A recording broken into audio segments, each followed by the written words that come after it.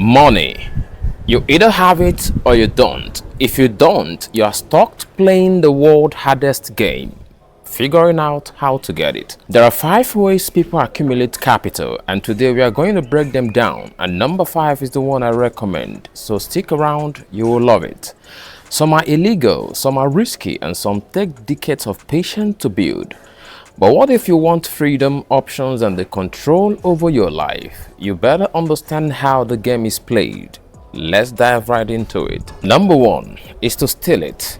Look, I'm not gonna give you a TED talk on ethics, but stealing it does work until it doesn't. Think about bank robbers. Most of them end up broke or behind bars. Think about the corporate fraud you've heard of, the Enron, FTX. When it collapses, everyone loses. Think about government and corruption.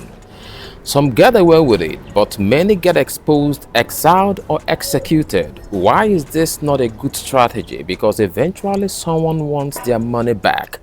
And unless you are running a government level heist, which eventually you will get caught, I don't recommend it. So yes, stealing is a way to get capital or to get rich, but I do not recommend it. Okay, so let's move on. The next and second is to borrow it. Death, the world runs on it.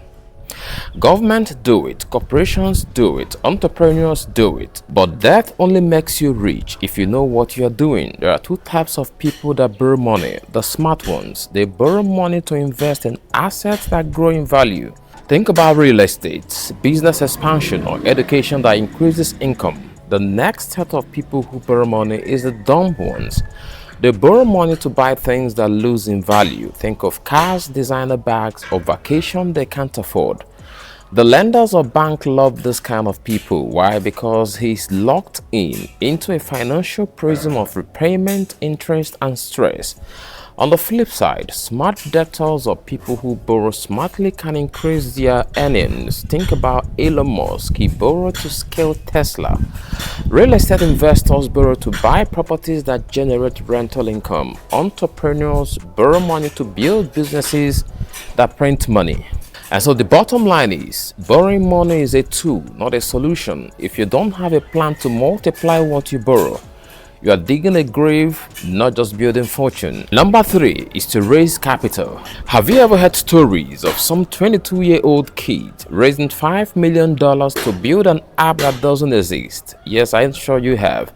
That's called capital raising. And let me be brutally honest with you, most people can't do this. Why? Because to raise money, you need at least one of these 3 things: a rich network, that is friends, family, or mentors with deep pockets. Next is you need a proven track record. Investors trust people who have already won before. And next, you need a bulletproof pitch, the ability to sell your idea so well that people hand over their money to you. You know, most people don't have this. That's why you see the same elite circles funding the same type of people over and over again. That's the reality. The rich fund the rich.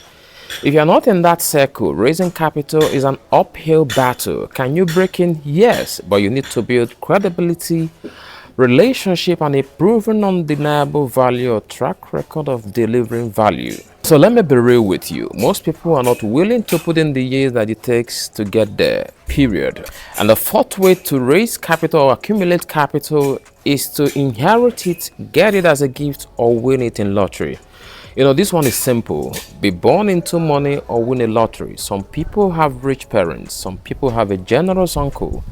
Some people win the lottery. But you know what's crazy? 70% of lottery winners go broke within a few years. Why? Because money only stays with people who know how to handle it. If you inherit money but never learn how to manage it, you will lose it. If you win the lottery but never build wealth habits, you will lose it. If you marry into wealth but doesn't understand how to grow it, you will lose it, period. You know, money without financial intelligence is a time-ticking bomb. It's why generational wealth rarely lasts beyond 3 generations. So yeah, this is technically a way to raise capital, but unless you are born lucky, it's a terrible strategy to rely on.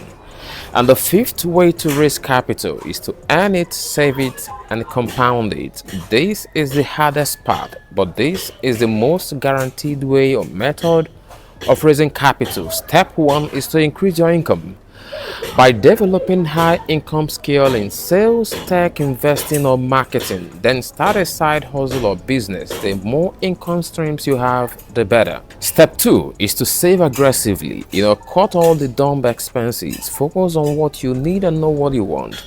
Live below your means and drive Honda, possibly another Benz, so that you can save a lot of money within this period. The next step is to invest smartly. Own asset, not liabilities. Stock, real estate, or a business. Let the compound interest do the magic for you. But this is not a sexy strategy, but it works. It's how 90% of self-made millionaires actually built capital. Which one would you choose today? And if you found this video valuable, like, subscribe, and share.